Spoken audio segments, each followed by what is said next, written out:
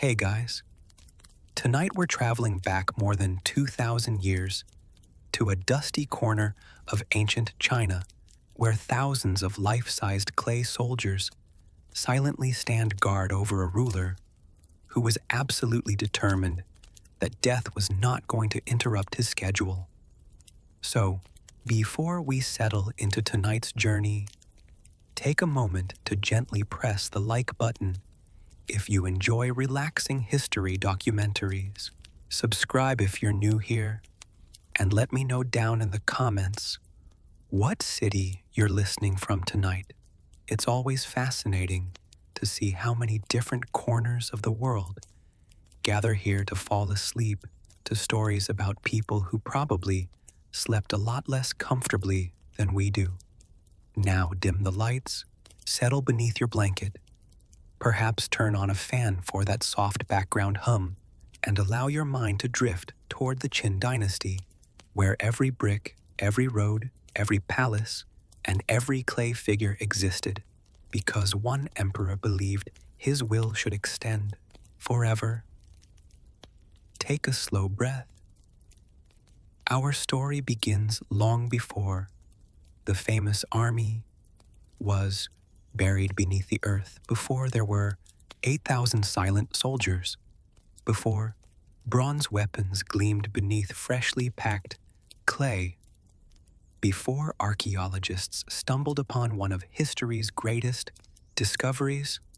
There was simply a young king with impossible ambitions. His name was Qin Shi Huang. History remembers him as China's first emperor, the man who united warring kingdoms into a single empire. He standardized coins, weights, writing systems, and even the width of cart axles, because apparently conquering half of China wasn't enough. Everyone also had to agree on how wide their wagon should be. Dictators, as history repeatedly demonstrates, often have a remarkable talent for micromanagement. Yet beneath all that power lived a man terrified by one unavoidable fact. He was going to die, and he absolutely hated that idea. For centuries, rulers had dreamed of eternal life. Some prayed, some consulted mystics, others swallowed mysterious medicines that promised immortality while quietly containing ingredients that would probably make modern doctors faint. Qin Shi Huang did all of the above. He dispatched expeditions across distant seas searching for magical islands where immortals supposedly lived. Court alchemists mixed strange potions from rare minerals. Advisors whispered about sacred mountains, enchanted herbs, and miraculous elixirs hidden somewhere beyond the known world. Ironically, many historians believe the mercury contained in several of those so-called life-extending medicines may actually have shortened his life. History possesses a wonderfully dry sense of humor. But while no potion could defeat death, there was another solution. If he couldn't live forever, perhaps his empire could. And if his empire survived, perhaps he somehow would, as, well, that single belief would launch one of the largest construction projects the ancient world had ever witnessed.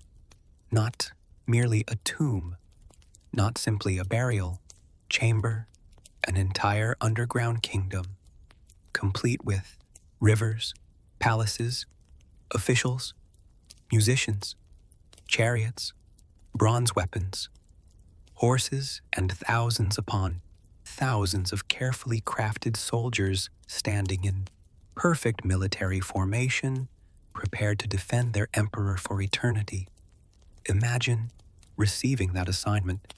You wake up one ordinary morning, expecting another day, shaping roof tiles or storage jars. Instead, someone from the imperial government arrives. Congratulations. For the foreseeable future, you'll be making ears, thousands of ears, every single day. History books often celebrate emperors. Far less frequently do they pause to appreciate the exhausted artisan who spent 20 years wondering if clay noses could ever end. Tonight, we're going to slow down and meet those forgotten people, the sculptors, the mold makers, the kiln workers, the painters, the bronze smiths, the laborers hauling enormous amounts of clay across dusty hillsides, the yoit supervisors constantly worrying that the emperor might inspect today's production, and trust me, disappointing. Qin Shi Huang was not exactly a career-enhancing experience. We'll explore how each terracotta warrior was created with astonishing skill, why no two faces appear exactly alike, how thousands of craftsmen organized what might have been the world's first massive assembly line, and what daily life looked like inside one of history's most ambitious workshops. We'll also uncover the strange beliefs surrounding the emperor's quest for immortality, the immense human cost of building his eternal army, and the remarkable accident that finally revealed these silent guardians after more than 2,000 years hidden beneath Chinese soil. So, pull the blankets a little closer, allow the outside world to fade into the distance. The kilns are warming. The clay has been mixed. The first mold waits quietly on a wooden bench. And somewhere in ancient China, a craftsman wipes the dust from his hands, unaware that the statue he is about to create will still be standing when people someday fly through the sky, explore space, and listen to his story while comfortably falling asleep. Let's begin. Chapter 1. A young king obsessed with eternity, long before the terracotta army stood silently beneath the earth, before thousands of craftsmen shaped endless pieces of clay, and before a single kiln was fired for the emperor's underground kingdom. China was a land where peace was mostly something people talked about after battles. For centuries, the region had been divided into rival kingdoms that constantly competed for land, wealth, prestige, and the occasional opportunity to remind their neighbors that diplomacy was apparently overrated. Historians call this era the Warring States period. The name is refreshingly honest. Nobody tried to disguise the situation with phrases like a period of heightened political disagreement. It was exactly what it sounded like: states at war year after year, generation after generation. Cities rose behind thick walls. Farmers harvested crops while hoping soldiers wouldn't march through before dinner. Merchants traveled carefully, never quite sure which kingdom would control the next mountain pass. Children grew up knowing that today's ally might become tomorrow's enemy. Into this uncertain world, in 259 BC, a boy named Yingzheng was born. His childhood wasn't especially peaceful. Royal families rarely enjoyed ordinary family problems, like arguing over whose turn it was to fetch water. Their disagreements usually involved succession crises, political conspiracies, assassinations, and enough palace intrigue to make modern office politics seem pleasantly relaxing. Zheng's father spent years as a political hostage in another kingdom before eventually returning home.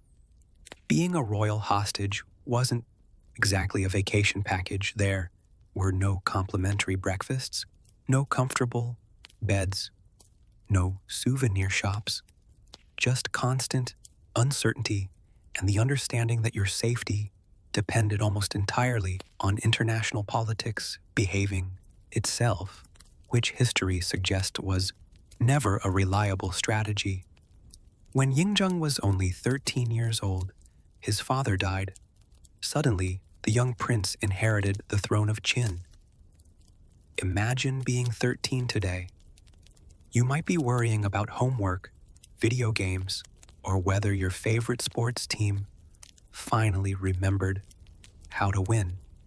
Now imagine someone handing you one of the strongest kingdoms in ancient China and saying, "Good luck, no pressure." Officially, Yingzheng became king immediately. Unofficially, experienced ministers handled most government decisions, while the young ruler learned how power actually worked. One of the most influential figures was Lu Buwei, a wealthy merchant turned powerful statesman who had helped the royal family rise to power. His story alone could fill an entire documentary. He began life as a successful businessman and somehow ended up shaping the destiny of an empire, proof that networking has always been useful, although admittedly, most modern networking events involve coffee rather than armies. As Yingzheng grew older, he quickly demonstrated that he wasn't interested in remaining a symbolic figure. He wanted real authority, absolute authority. Court politics became increasingly dangerous. Powerful nobles competed for influence. Alliances shifted. Rumors spread through palace corridors faster than servants carrying evening meals. One conspiracy after another unfolded. One of the most dramatic involved Lao Ai, a court favorite who secretly developed enormous political influence. The scandal eventually erupted into open rebellion. It ended badly for almost everyone involved. Lao Ai was executed. His supporters were eliminated. Entire families suffered devastating punishments. Yingzheng emerged stronger than ever. The lesson was simple. The young king trusted very few people, and every challenge seemed to convince him that only complete control could guarantee stability. As the years passed, Qin transformed into a military powerhouse. Its armies were disciplined, its commanders experienced, its legal system rewarded achievement while punishing failure with remarkable efficiency. Modern workplaces sometimes encourage employees by offering bonuses. Qin often encouraged officials by reminding them that failure could become an extremely personal experience. Motivation comes in many forms. The kingdom's government followed legalism, a political philosophy emphasizing strict laws, harsh punishments, centralized authority, and unquestioning obedience. Mercy was not particularly fashionable. Efficiency certainly was. Under this system, officials carefully recorded harvests, taxes, military service, and labor obligations. Everything was measured. Everything counted. Even success itself had numerical value. Generals earned promotions through victories. Farmers met production quotas. Craftsmen fulfilled state contracts. The machinery of government became increasingly organized. If Qin had possessed spreadsheets, someone undoubtedly would have insisted they be color-coded. By his 20s, Yingzheng no longer thought merely about defending Qin. He dreamed of conquering every rival kingdom. One after another, Han fell first, then Zhao, then Wei, then Chu, then Yan. Finally, Qi. Each campaign expanded Qin's territory while eliminating centuries-old rivals. Entire royal families disappeared from power. Ancient capitals surrendered. Noble houses collapsed almost overnight. For ordinary people, every victory meant adjusting to new laws, new taxes, new officials, and new expectations. The empire grew astonishingly quickly. By 221 BC, Yingzheng accomplished something no Chinese ruler had achieved before. He unified China, It was one of history's greatest political transformations. But becoming the first emperor also transformed Yingzheng himself. Kings ruled kingdoms. Emperors ruled civilization, or at least that was the idea. Rather than continue using the traditional royal title, he created a completely new one, Qin Shi Huang, the first August emperor. Even the name suggested permanence. He wasn't presenting himself as simply another ruler. He intended to become the beginning of an eternal dynasty, stretching through countless generations. History, unfortunately, enjoys challenging, ambitious plans. His dynasty would survive only 15 years after his death. Still, Qin Shi Huang couldn't know that. Standing at the height of his success, the future probably appeared limitless. Across the empire, massive construction projects began almost immediately. Roads stretched across mountains and valleys. Canals connected rivers. Sections of older defensive walls were linked together into what would eventually become the earliest foundations of the Great Wall. Standardized coins circulated through markets. Merchants finally used consistent measurements. Writing systems became unified. For administrators, this was wonderful. For scribes, who had spent decades perfecting local styles, perhaps slightly less exciting. Imagine practicing beautiful handwriting your entire career only to receive a government announcement saying, "We've redesigned the alphabet." Entire generations quietly sighed. The emperor believed unity required uniformity. The same laws, the same currency, the same measurements, the same writing, the same authority. His vision reached every corner of society, and eventually, it reached beyond life itself. Because once an emperor controls an entire empire, the only remaining problem is one that no army can defeat: time. No matter how many kingdoms he conquered, no matter how many roads he built, no matter how many officials obeyed his commands, his own body continued growing older. Every sunrise carried him one day closer to death. That thought began haunting him. Court records describe his increasing fascination with immortality. Magicians visited the palace. Alchemists promised miraculous discoveries. Scholars searched ancient texts. Messengers traveled enormous distances, chasing stories about sacred mountains where immortals supposedly lived forever. The emperor listened, because when you possess absolute power, hearing the word impossible becomes surprisingly rare. Somewhere, surely, someone had discovered the secret, or so he hoped. Unfortunately, hope can become remarkably expensive, especially when an emperor is paying for it. And before long, Qin Shi Huang would commission another project so enormous that generations of craftsmen would dedicate years, sometimes entire lifetimes, to completing it. Not for the living empire above ground, but for the one he intended to rule beneath the earth forever. Chapter 2: The Emperor, who refused to accept death. If you had wandered into the imperial palace during the height of Qin Shi Huang's reign, you probably would have seen something astonishing. Messengers hurrying through enormous halls. Officials carrying stacks of bamboo documents tied neatly with silk cords. Generals arriving with reports from distant frontiers. Engineers presenting plans for new roads and canals. Tax collectors carefully counting grain. Blacksmiths delivering freshly forged weapons. It was the administrative heartbeat of the largest empire China had ever known. Everything appeared organized, everything appeared under control.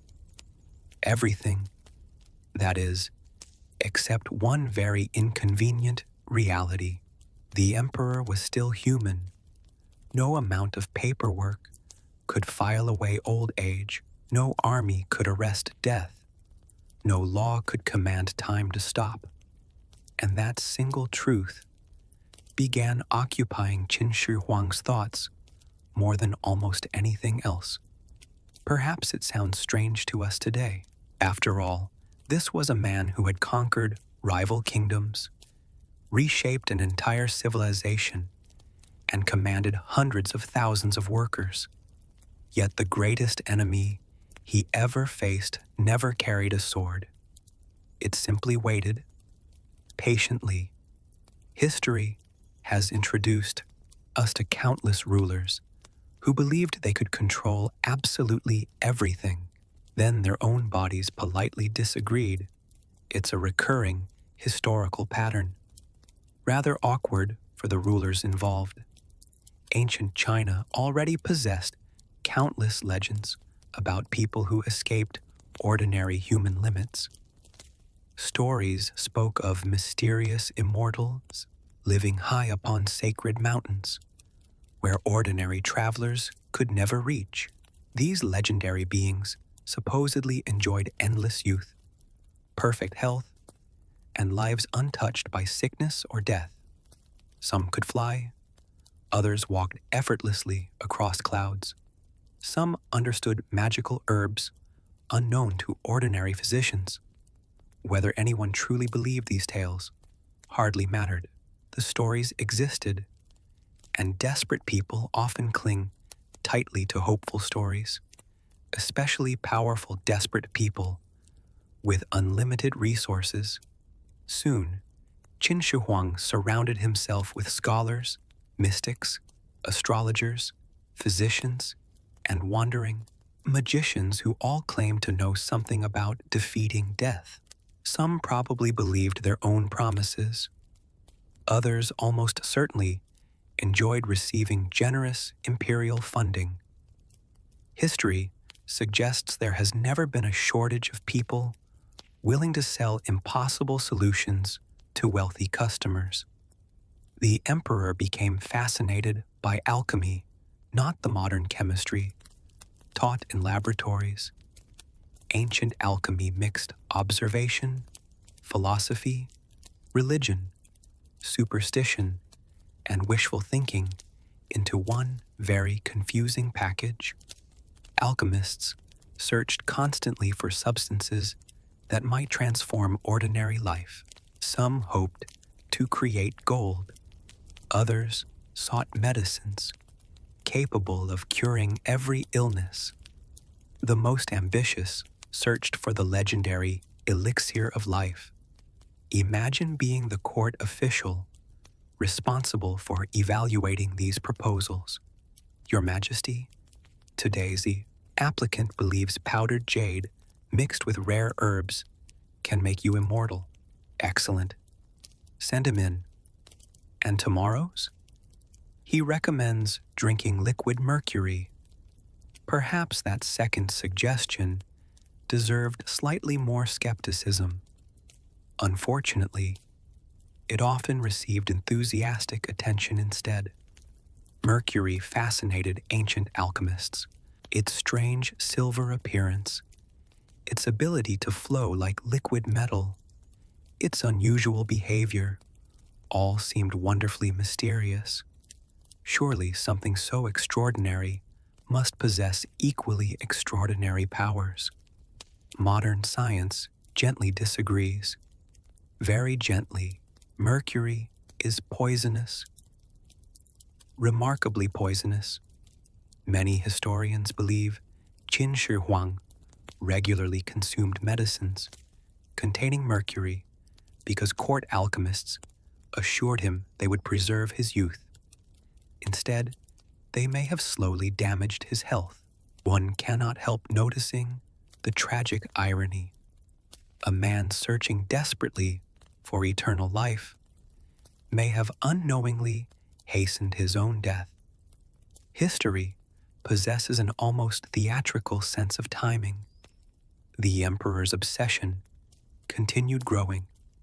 Court records describe increasingly elaborate searches for magical islands somewhere beyond the Eastern Sea. According to ancient legends, immortal sages lived there among enchanted forests and miraculous plants.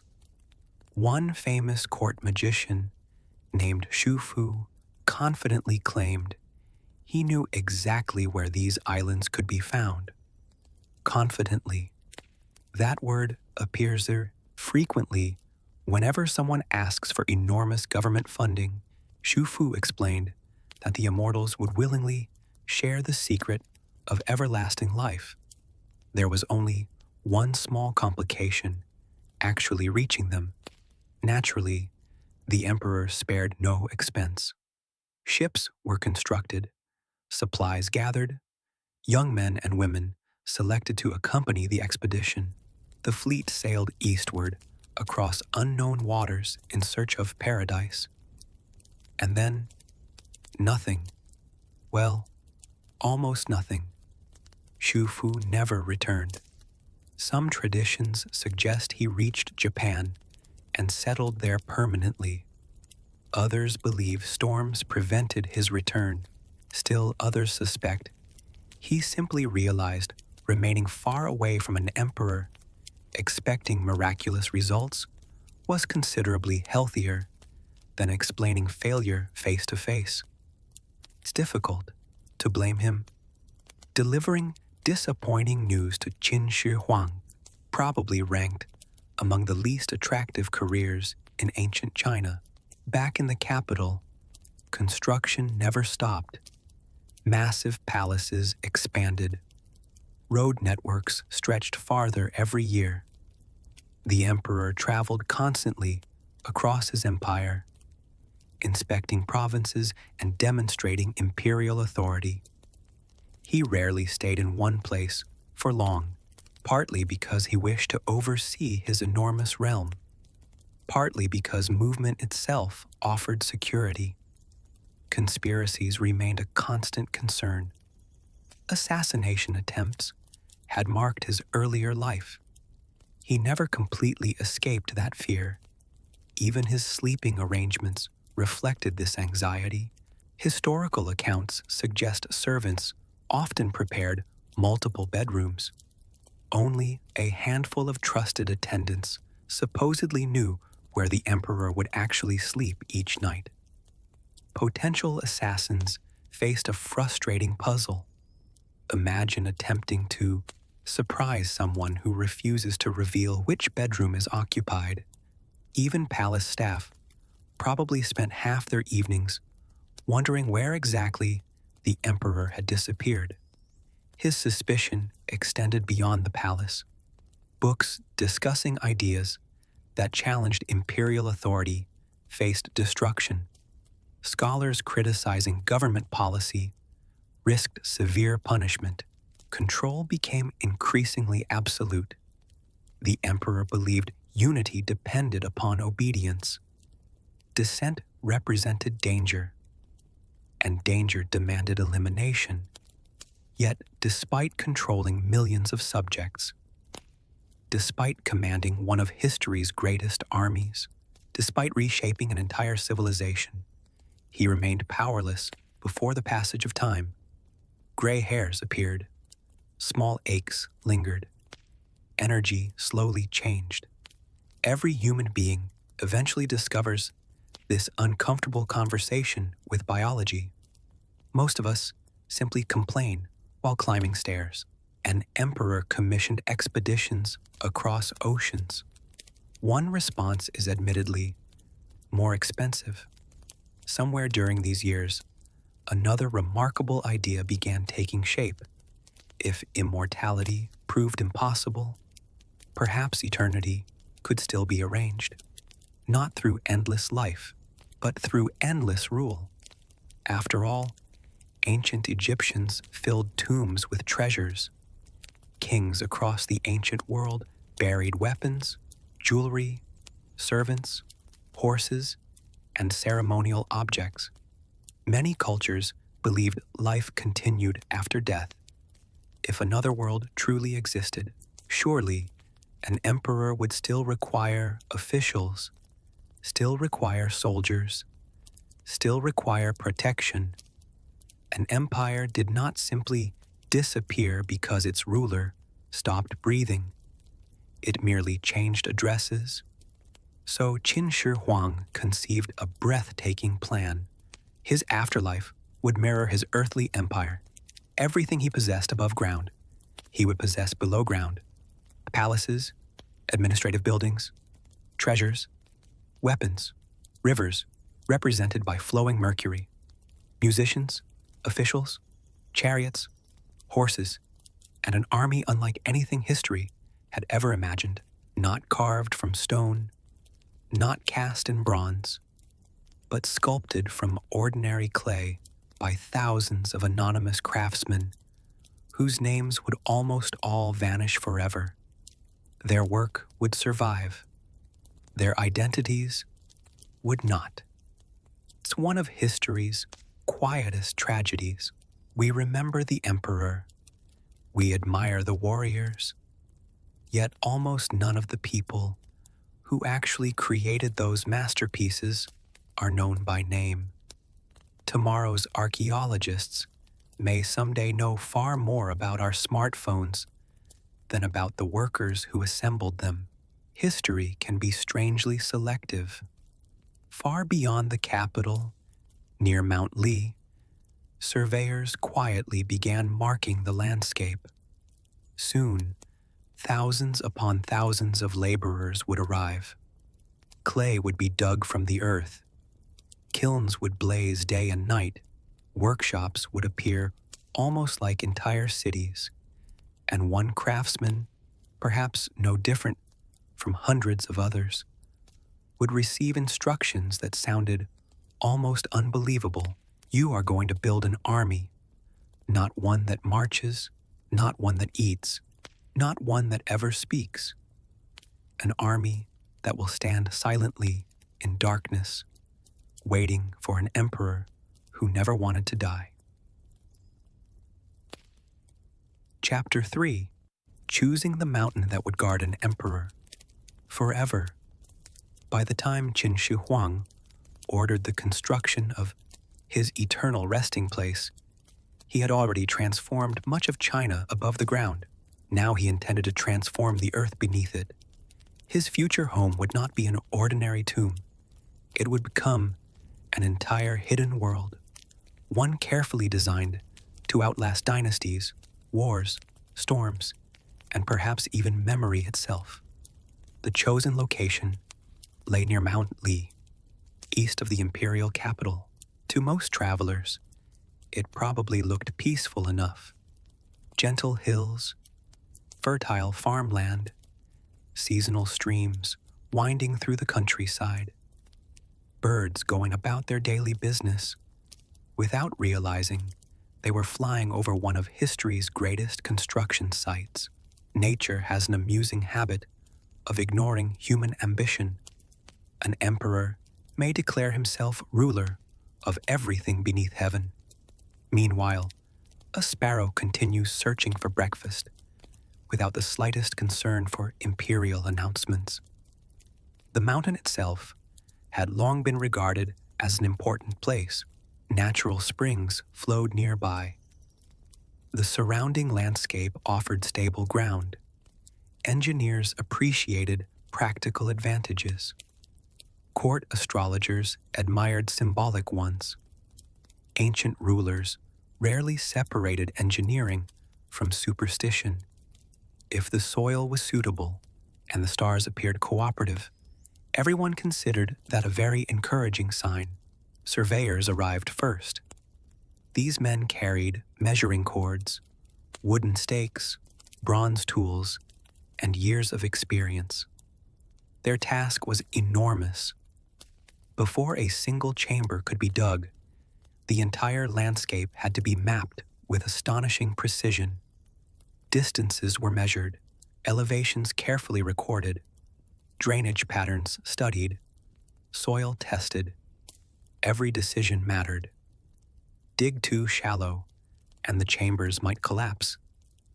Dig too deep, and groundwater could become a constant enemy. Even 2,000 years ago, gravity remained remarkably consistent. Thousands of workers soon followed. They came from every corner of the empire. Some arrived because skilled labor earned respectable wages. Others arrived because local officials assigned them. Still others had little choice at all. Convicted criminals frequently performed state labor. Captured prisoners from conquered kingdoms also found themselves working on imperial projects. For many, refusing simply wasn't an available career option. Imagine the scene during those first months. Dust rose continuously into the air. Oxen pulled heavy carts loaded with timber. Stonecutters hammered away from sunrise until evening. Carpenters assembled temporary workshops. Blacksmiths repaired worn tools almost as quickly as they broke. Cooks prepared enormous quantities of simple meals. Water carriers moved endlessly between wells and construction zones. The entire valley gradually transformed into something resembling a temporary city. Except this city existed for one purpose: preparing another city underground.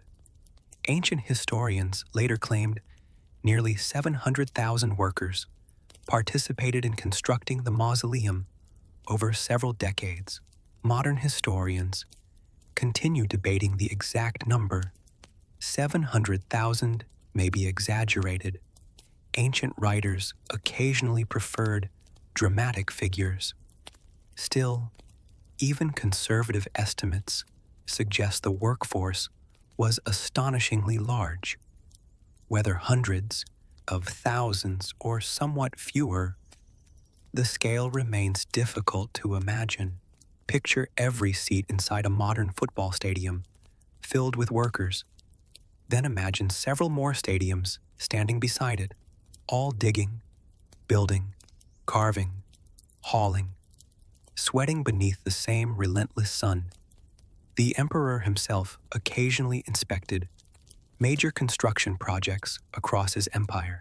One can only imagine the tension that spread through the workforce whenever word arrived: the emperor is coming. Instantly, everyone probably worked just a little harder, not because they suddenly discovered new enthusiasm for digging, because disappointing Qin Shi Huang carried consequences nobody particularly wished to experience. Foremen hurried from group to group. Straighten those beams. Clear that pathway. Move those supplies. Pretend we've always been this organized. Construction sites, it seems, have changed remarkably little over the centuries. The heart of the mausoleum required an immense underground chamber. Engineers first excavated a gigantic pit. Retaining walls stabilized loose earth. Timber supports temporarily prevented collapse. Layer after layer disappeared as workers slowly descended deeper beneath the surface. Every basket of soil removed represented another step toward the emperor's eternal palace. Above ground, life continued almost normally. Farmers planted crops. Merchants traveled familiar roads. Children chased each other through village streets. Only a few miles away, one of humanity's greatest monuments quietly expanded beneath their feet. History often hides its grandest achievements behind surprisingly ordinary landscapes. No towering pyramid announced this project to distant travelers. Everything important happened below. The emperor valued secrecy almost as much as permanence. Relatively few people understood the complete design. Most workers knew only their own assignments. A carpenter built wooden frames. A brickmaker produced bricks. A laborer hauled clay. A bronze smith forged weapons. Very few saw the entire picture. Modern factories operate much the same way. One employee manufactures tiny electronic components. Another assembles screens. Someone else packages finished products. Rarely does everyone understand every stage. Large projects thrive on specialization. Qin Shi Huang's mausoleum would become perhaps the greatest example of organized specialization in the ancient world. Meanwhile, officials faced another challenge: materials. An ordinary house requires modest supplies. An ordinary palace requires considerably more. An underground empire required almost unimaginable quantities. Timber arrived from distant forests. Stone traveled along newly improved roads. Bronze poured into workshops. Charcoal fueled roaring kilns. Water flowed constantly through construction camps. And then there was clay. Endless clay. Millions upon millions of pounds of it. Fine clay. Strong clay. Clay suitable for shaping human figures that would survive centuries underground. Finding enough quality material became a massive operation all by itself. Nearby deposits proved especially valuable. Workers dug carefully, separating useful clay from unsuitable soil. The best material traveled to specialized workshops. There it would be cleaned, mixed, kneaded, prepared, waiting patiently for thousands of skilled hands. Somewhere among those workers stood young apprentices just beginning their craft. Perhaps this was their first major assignment. Perhaps they had previously made simple storage jars or household pottery. Now, the imperial government expected them to contribute to something no one had ever attempted before. Imagine being told your next pottery project involved creating part of an army. Not one soldier, thousands. No pressure, just enough statues to impress eternity. The workshops themselves slowly multiplied across the landscape. Rows of wooden buildings appeared. Storage sheds filled with prepared clay. Kilns towered above nearby roofs. Drying rooms protected unfinished sculptures. From sudden rain, tool makers sharpened carving instruments. Supervisors kept meticulous records. Organization became almost military. Every craftsman had responsibilities. Every team met production goals. Every mistake consumed valuable time. The emperor expected excellence. And excellence, unfortunately for the workforce, generally demanded repetition. A lot of repetition. One artisan might spend weeks perfecting ears. Another specialized in hands. Someone else mastered boots. If dinner conversations existed, they must have been wonderfully specific. How was work today? Oh, excellent.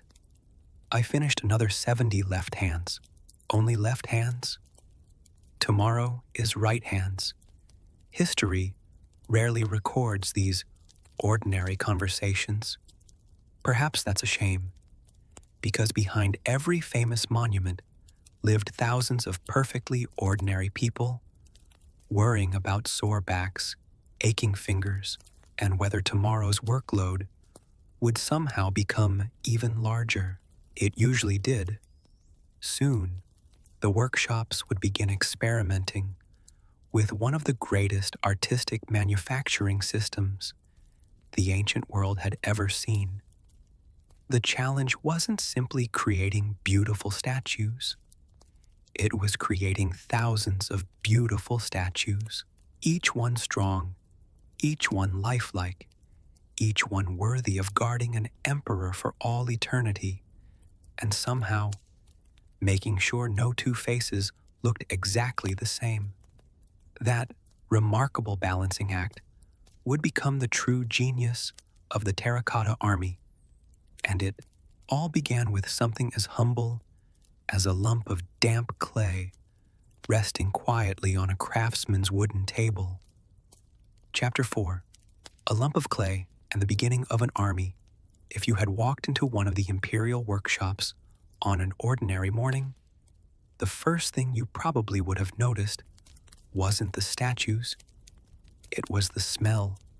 Fresh clay has a scent that's difficult to describe unless you've worked with it yourself. Damp earth, cool water, and just a hint of minerals lifted from deep beneath the ground.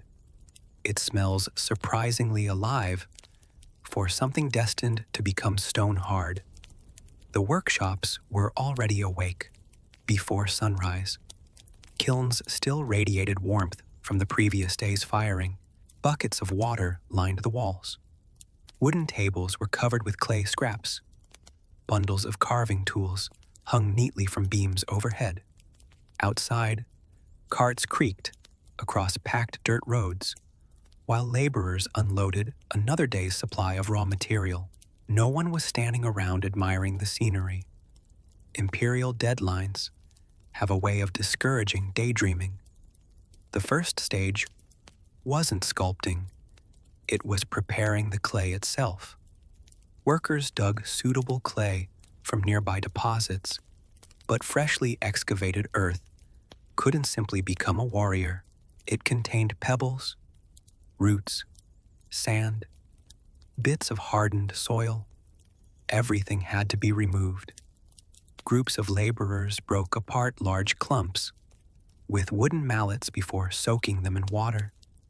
The mixture became thick, almost like heavy dough. Then it was stirred again, filtered again, mixed again. Patience mattered. Tiny imperfections could become dangerous later.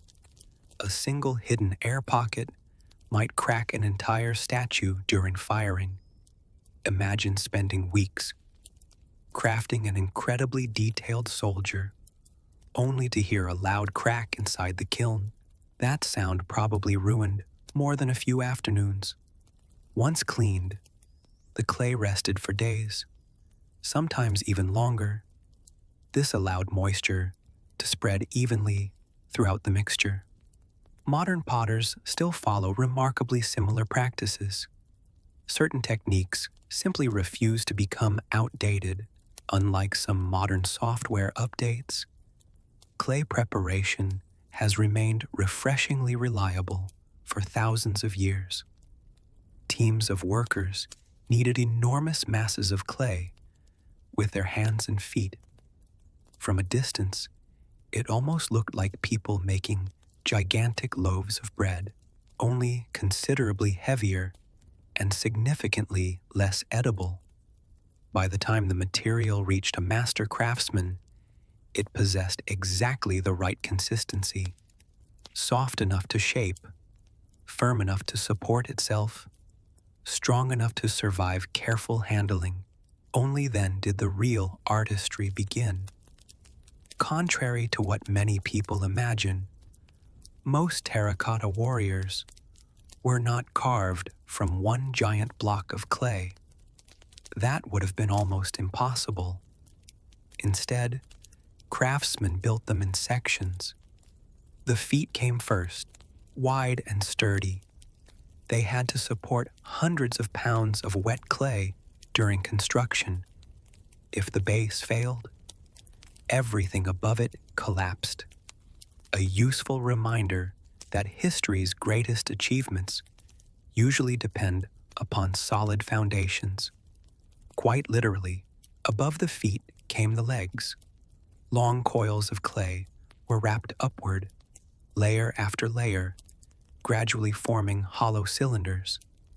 This method kept the statues lighter while allowing heat to circulate during firing. Solid statues that size might have exploded inside the kiln. Exploding pottery is generally considered poor craftsmanship. The torso followed.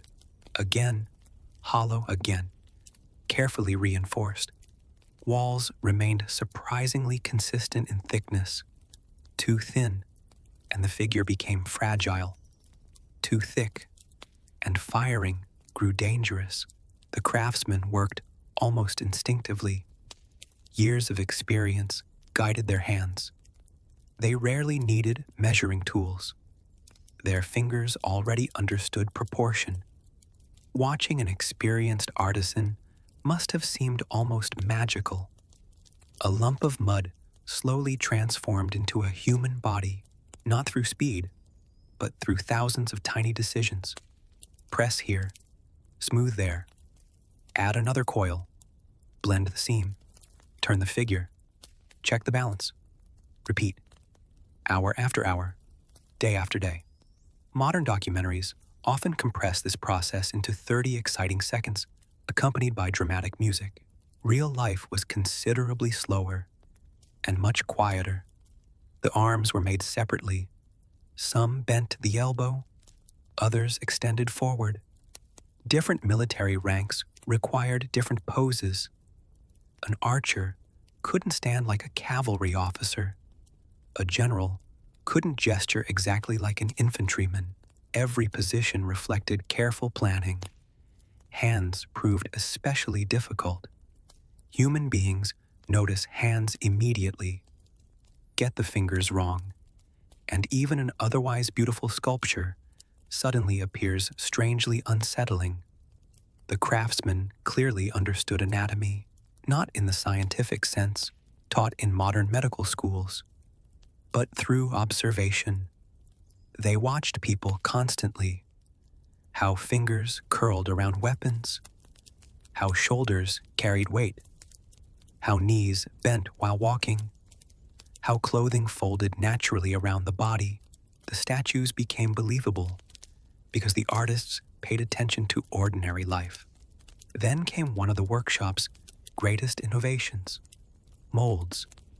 Certain parts could be produced using reusable molds: ears, hands, armor plates, shoes, perhaps even basic facial shapes. This dramatically increased production speed. Yet if every piece came from identical molds, wouldn't every soldier look exactly alike? That was the remarkable part. They didn't. After removing molded pieces, sculptors reshaped them by hand. A nose became slightly wider, eyes narrowed, cheeks grew fuller, mustaches appeared, wrinkles deepened. One beard curled differently, another chin projected just a little farther forward. The same basic mold quietly became dozens of unique individuals. It's rather like baking cookies from the same cutter, then decorating every single one differently, although admittedly, these cookies weighed several hundred pounds and were intended to guard an emperor for eternity. Slightly different baking requirements. Some historians estimate only a limited number of basic face molds existed. Perhaps 8, perhaps 10, perhaps slightly more. Yet through endless hand finishing, the workshop produced thousands of distinct expressions. Walk through the excavation pits today, and no two soldiers seem entirely identical. One appears calm, another determined, a third almost thoughtful. A few even look mildly annoyed. Perhaps they've just been informed they're responsible for guarding the emperor forever. Fair enough. Hair received extraordinary attention. Every braid, every top knot, every strand tied according to military regulations. Hairstyles immediately identified rank and position within the Qin army. Ancient soldiers didn't simply wake up each morning wondering what hairstyle matched their mood. Military discipline reached even the barber. Armor required equal precision. Small rectangular plates overlapped carefully across the chest and shoulders. Rows of rivets were sculpted individually, Knots securing protective garments remained visible. Even the soles of many boots display remarkably detailed tread patterns. Imagine carving the bottom of a shoe that nobody expected to see for more than 2,000 years. That's commitment, or perhaps perfectionism. Sometimes those become difficult to distinguish. As completed sections dried, workers covered them with damp cloth to prevent uneven moisture loss. Dry too quickly, and cracks appeared. Dry too slowly, and production fell behind schedule. Every stage demanded balance. Meanwhile, supervisors walked quietly between work tables. They inspected progress, checked measurements, assigned new tasks, recorded completed pieces. The imperial bureaucracy never truly rested. Someone, somewhere, was almost certainly keeping track of how many clay ears had been finished before lunch. Empire runs on paperwork, even when the paperwork concerns pottery. Slowly, almost imperceptibly, the workshops filled with silent figures. Rows of unfinished soldiers stood waiting for the next stage. Some lacked heads, others waited for arms. A few stood complete, except for final details. Imagine entering that building after sunset. Hundreds of life-sized human figures standing silently in dim lamplight, perfectly harmless, almost certainly. Still, one suspects many apprentices walked just a little faster when leaving for the evening. The statues weren't alive, but they already possessed something unmistakably human.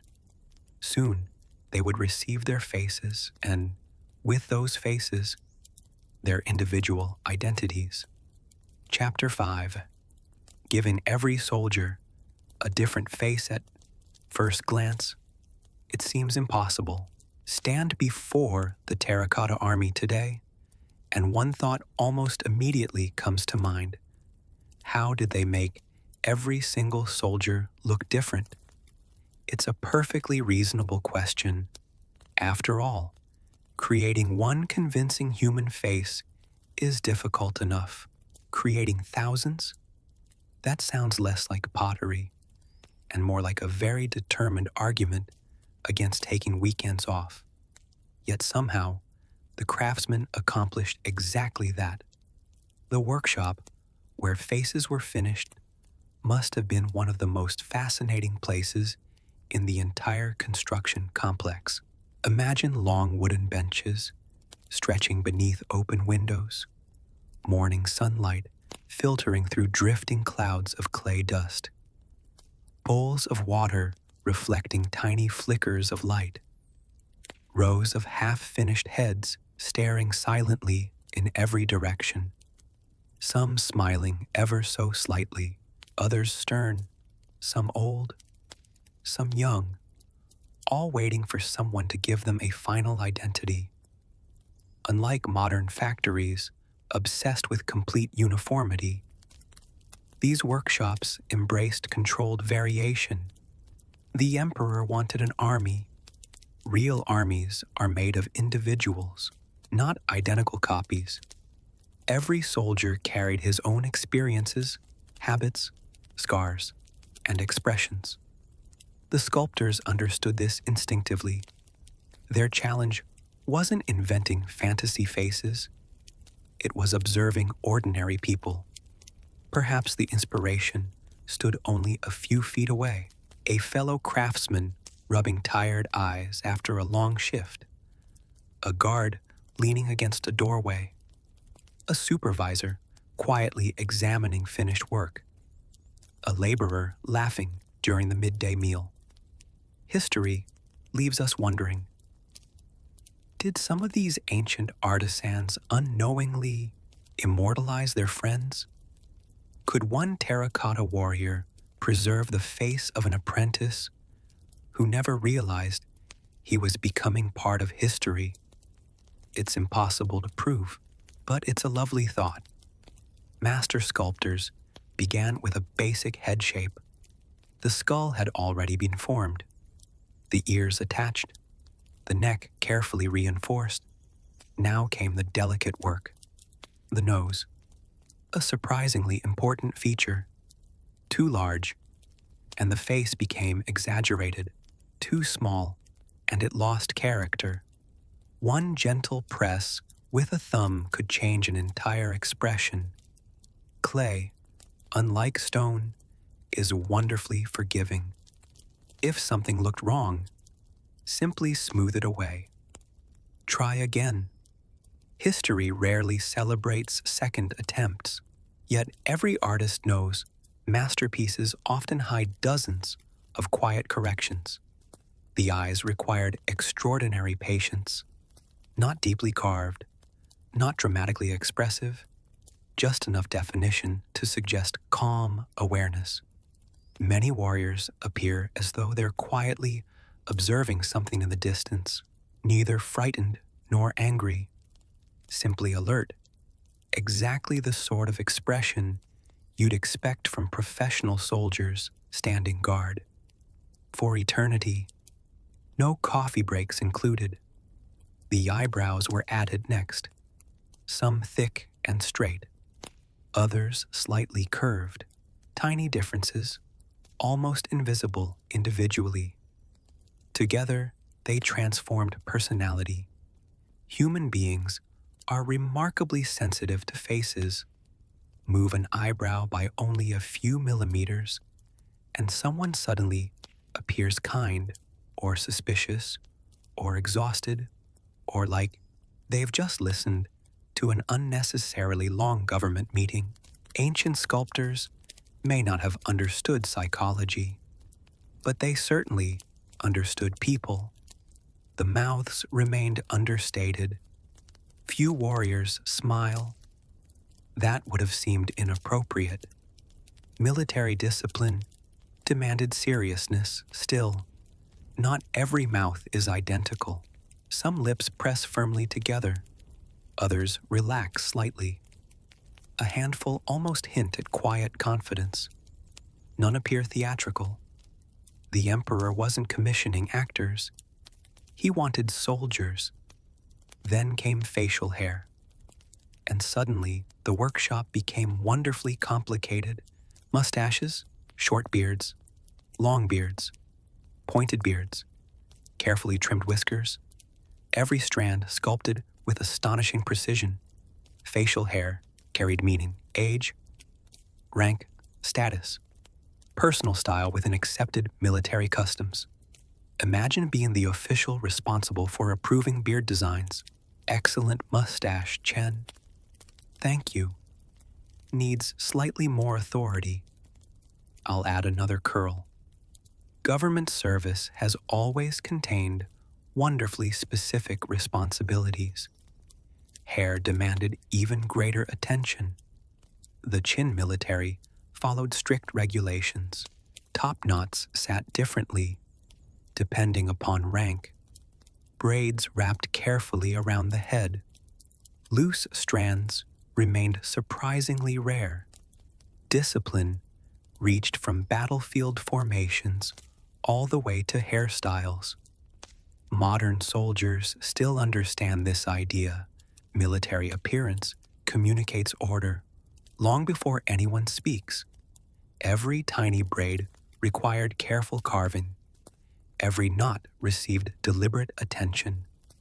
The sculptors probably repeated these movements thousands upon thousands of times. At some point, muscle memory surely took over. Their hands simply knew what to do. Carve, smooth, press, blend, repeat. The rhythm itself must have become almost meditative. Outside, construction camps bustled with noise. Inside, the face workshop may have felt unexpectedly peaceful. Just soft scraping sounds, occasional conversation, water splashing gently into clay bowls, the crackling of distant kilns, thousands of quiet moments slowly building immortality. Archaeologists today have identified remarkable diversity among the warriors.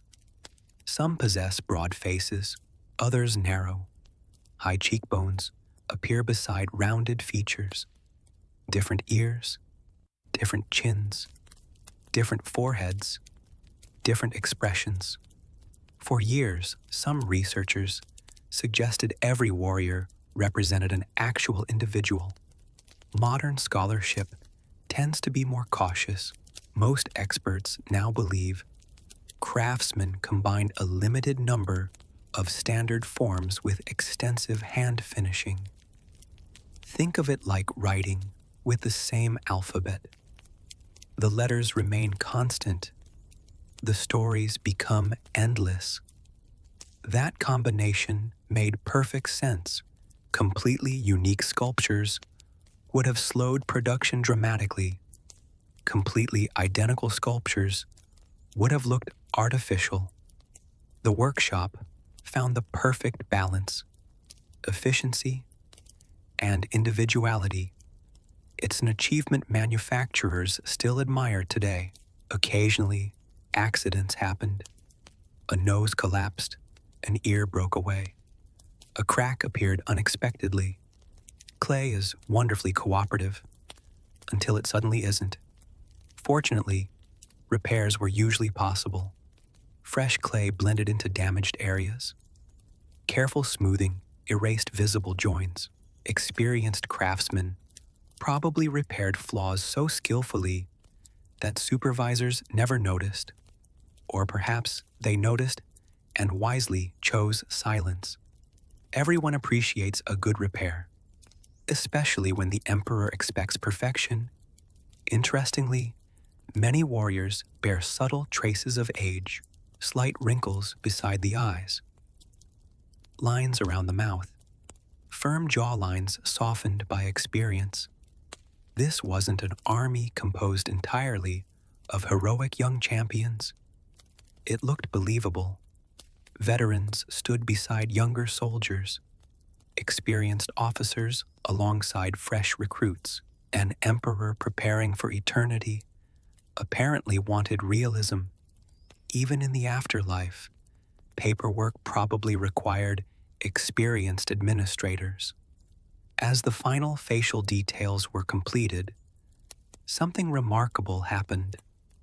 The sculptures seemed to awaken, not literally, of course.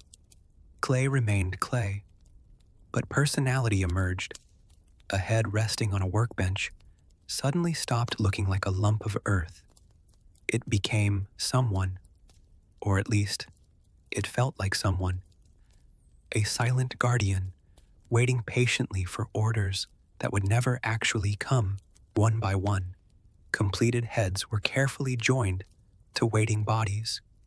The seams disappeared beneath skilled fingers. Necks strengthened from within. The connection had to survive firing, burial, and, though nobody could possibly know it, more than 2,000 years beneath the soil.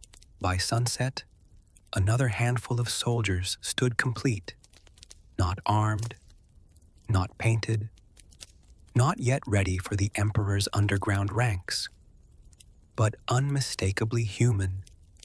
Tomorrow, another group of craftsmen would take over. Their task would be every bit as demanding, because before these silent guardians could protect an emperor, they first had to survive the fire. Chapter 6. The Kilns that decided everything for weeks, sometimes even months.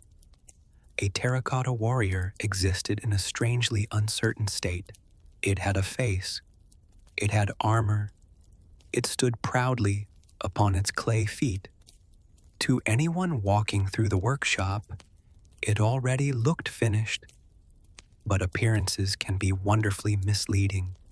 At that point, the statue was still fragile enough that one careless shove, one uneven movement, or one apprentice who wasn't paying quite enough attention could undo months of careful work. The warrior wasn't truly a soldier yet. It was only wet earth pretending to be one. Everything depended on what happened next. The kiln would decide whether that carefully sculpted figure would survive for centuries or collapse into a disappointing pile of cracked clay. Ancient potters understood something every modern ceramic artist still respects. Fire is both a creator and a destroyer. Treat it correctly, and ordinary mud becomes harder than stone. Treat it carelessly, and weeks of labor disappear in a single afternoon. The craftsmen of Qin had no digital thermometers, no electronic controls, no computerized firing schedules. They couldn't simply press a button labeled life-sized imperial soldier. Instead, they relied on experience passed from one generation to another, knowledge carried in memory rather than instruction manuals. The kilns themselves were enormous structures. Some were built partly below ground. Others rose above the surrounding workshops like giant clay ovens. Their thick walls trapped heat with remarkable efficiency. Long tunnels allowed flames to travel evenly beneath carefully arranged ceramic pieces. From a distance, especially before sunrise, dozens of firing kilns probably resembled small volcanoes. Smoke drifted lazily into the cool morning air. Orange light flickered through narrow openings. The smell of burning wood mixed with damp earth and fresh ash. Even without seeing the statues, a traveler would have known something important was happening nearby. Preparing a warrior for firing required almost as much care as sculpting it. First, the figure had to dry slowly, very slowly. Fresh clay contains enormous amounts of water.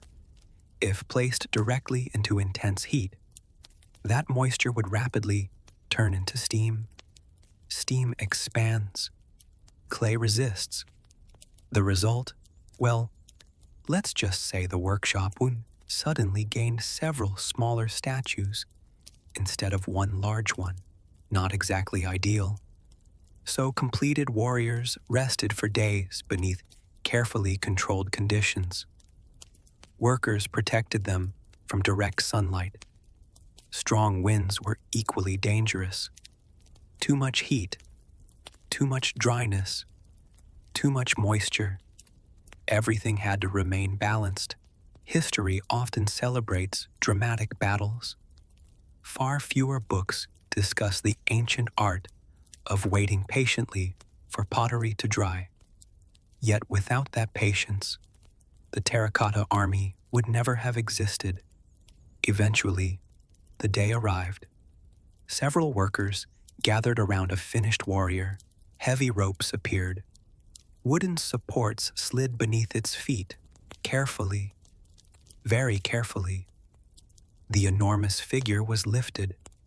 Imagine carrying something that represented months of work while knowing one mistake might erase all of it. Conversation probably became rather limited. Left.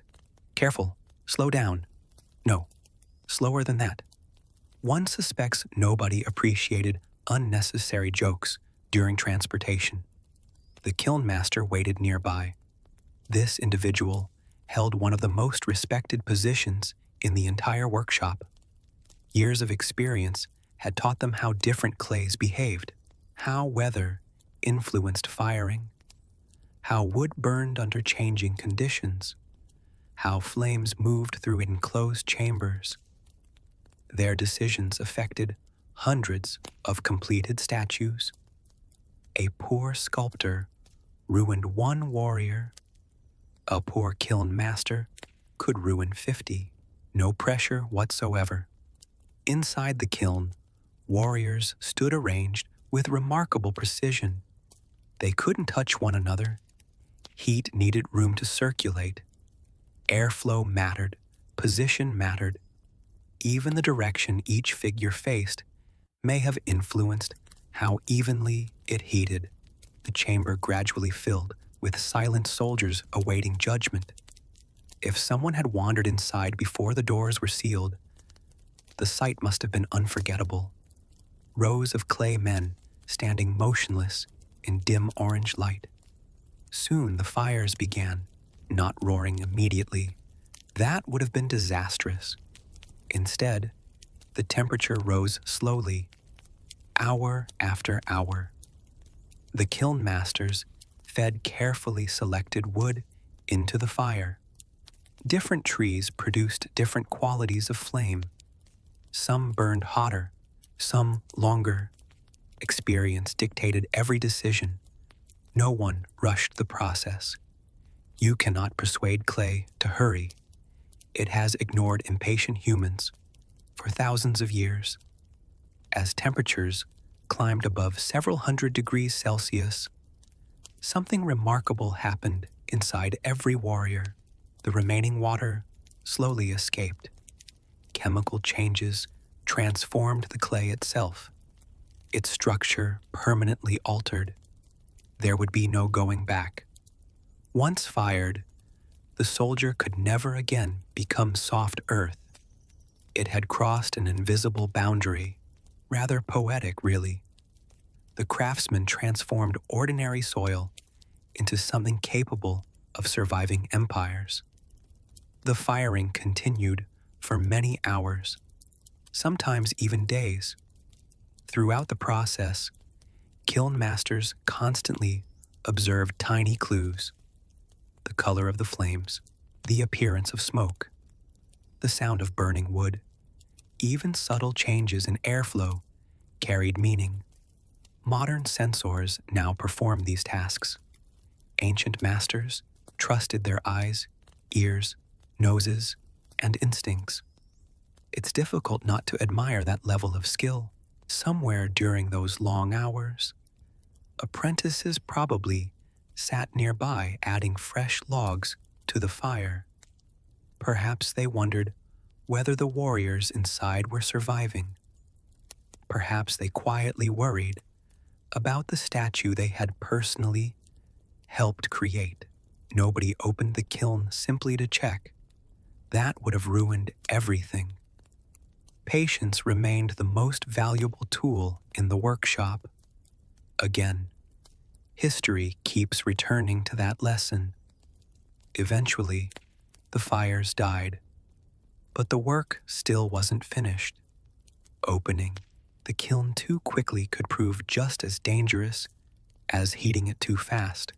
Rapid cooling created stress. Stress created cracks. Cracks created very unhappy supervisors. So the warriors remained inside, cooling, waiting, doing absolutely nothing, which, to be fair, would become their primary occupation for the next 2,000 years. Finally, after what must have felt like an eternity, the kiln doors slowly opened.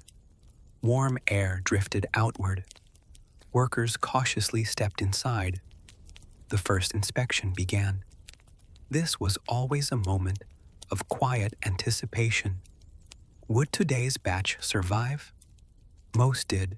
The workshop's methods were clearly excellent, but not every firing ended perfectly. Occasionally, a crack appeared along an arm. A shoulder warped slightly. A hand broke away. Sometimes damage could be repaired. Sometimes an entire figure had to be discarded. Imagine spending 3 months creating a magnificent officer only to discover a fracture running through his chest. That must have been a heartbreaking morning. Fortunately, such failures appear to have been relatively uncommon. The surviving warriors emerged stronger than anyone could have imagined. Their clay had become ceramic, hard, durable, ready for the next stage. One by one, workers carefully carried them into another workshop. This room looked entirely different. Instead of piles of wet clay, there were jars of brilliant pigments, bowls of lacquer, brushes of varying sizes, tables covered in vivid colors. Because here's something many people don't realize. When Qin Shi Huang's army was first completed, it wasn't the earthy brown color we know today. It was dazzling. Bright reds, deep purples, rich greens, brilliant blues, black lacquer gleaming beneath fresh paint. The silent army that now appears calm and dusty once looked astonishingly alive, and the artists, waiting with their brushes, were about to give every warrior its final breath of color before disappearing forever beneath the earth. Chapter 7: The Day the Army Came Alive. With color, if you have ever visited the Terracotta Army in person, or even seen photographs in history books, you probably imagine thousands of soldiers standing in quiet shades of brown and gray, calm, weathered, almost stone-like. It feels so natural that it's easy to assume they always looked that way. They didn't. Not even close. In fact, if you could somehow travel back to the workshops during the final years of construction, you might not recognize them at all. Instead of muted earth tones, you would find an army bursting with color: bright crimson robes, deep black armor, rich purple sleeves, blue trousers, green details, pink faces, glossy lacquer, shining beneath torchlight. The underground army originally looked less like ancient ruins and more like a perfectly dressed imperial parade waiting for an inspection. Time simply stole the colors before it stole the memories. The painting workshops were quieter than the kilns. No roaring fires echoed through these buildings. Instead, soft brushes whispered across ceramic surfaces. Small bowls filled with powdered minerals rested neatly on wooden shelves. Water jars reflected afternoon sunlight. Bundles of animal hair brushes hung carefully from beams. The smell here was completely different. Instead of smoke and burning timber, the air carried the sharp scent of freshly prepared lacquer. Anyone who entered immediately understood that this stage demanded patience. Above all else, the first task wasn't adding color. It was applying lacquer. This glossy coating came from the sap of lacquer trees, carefully collected, filtered, and prepared over many weeks. Fresh lacquer behaved almost like magic. Paint adhered beautifully to it. Once hardened, it created a smooth, durable surface. Unfortunately, it was also incredibly demanding. Humidity mattered. Temperature mattered. Timing mattered. Everything mattered. Modern painters sometimes complain when the weather is a little too damp. Ancient lacquer artists quietly nodded. They had been fighting humidity for more than 2,000 years. Applying lacquer required extraordinary care. Too thick, and it dried unevenly. Too thin, and later paint failed to bond properly. Brush after brush glided across every warrior. Faces, hands, armor, sleeves, boots. Every visible surface received attention. Only after the lacquer cured could the real transformation begin. Now came the pigments. Nature supplied nearly every color. Red often came from cinnabar. Purple required complex mineral mixtures. Black frequently originated from carbon-based materials. White came from carefully refined minerals. Green and blue demanded particularly valuable ingredients, gathered from distant regions. Nothing was wasted. Pigments were precious. Every small bowl represented countless hours of mining, grinding, washing, and preparation. Imagine being the apprentice responsible for spilling one. That probably became a memorable afternoon. The artists worked methodically. They weren't simply decorating statues. They were reproducing authentic military uniforms. Every rank possessed appropriate clothing. Every officer displayed the correct level of ornamentation. Armor patterns reflected real Qin equipment, BV. Belts wrapped properly. Boots matched military regulations. The emperor expected realism, even in the afterlife. Especially in the afterlife. One painter might specialize entirely in faces, another painted armor, someone else focused on sleeves and robes. Each became remarkably skilled through endless repetition. It's astonishing how often history's greatest masterpieces emerge not from dramatic moments of inspiration, but from ordinary people quietly repeating the same careful movements for years. Brush, dip, stroke, rinse, repeat, hour after hour, day after day, month after month. The faces demanded particular attention. Fresh layers of soft pink or light flesh tones gave the soldiers a healthy appearance. Eyebrows darkened, eyes carefully outlined, mustaches deepened into rich black. Lips received subtle color. Suddenly, the warriors no longer resembled sculptures. They looked startlingly alive. Imagine walking into the workshop at sunset. Hundreds of life-size soldiers silently staring ahead, each fully painted, each waiting for weapons. The flickering light from oil lamps danced across glossy lacquer, making eyes appear to move ever so slightly. One suspects more than a few apprentices preferred not to work alone after dark. Perfectly understandable. No one enjoys the unsettling feeling that several hundred ceramic soldiers might be quietly judging your brush technique. Then came the armor. Contrary to popular imagination, much of it wasn't painted dull gray. Color-distinguished straps, cords, garments beneath protective plates, and decorative details. Some officers wore particularly elaborate clothing, reflecting their status. Generals displayed more intricate designs than ordinary infantrymen. Military hierarchy extended even into eternity. Some things never change. Every organization, ancient or modern, eventually invents increasingly elaborate ways to indicate who attends which meetings. Hair also received careful finishing. Top knots darkened. Braided sections gained subtle highlights.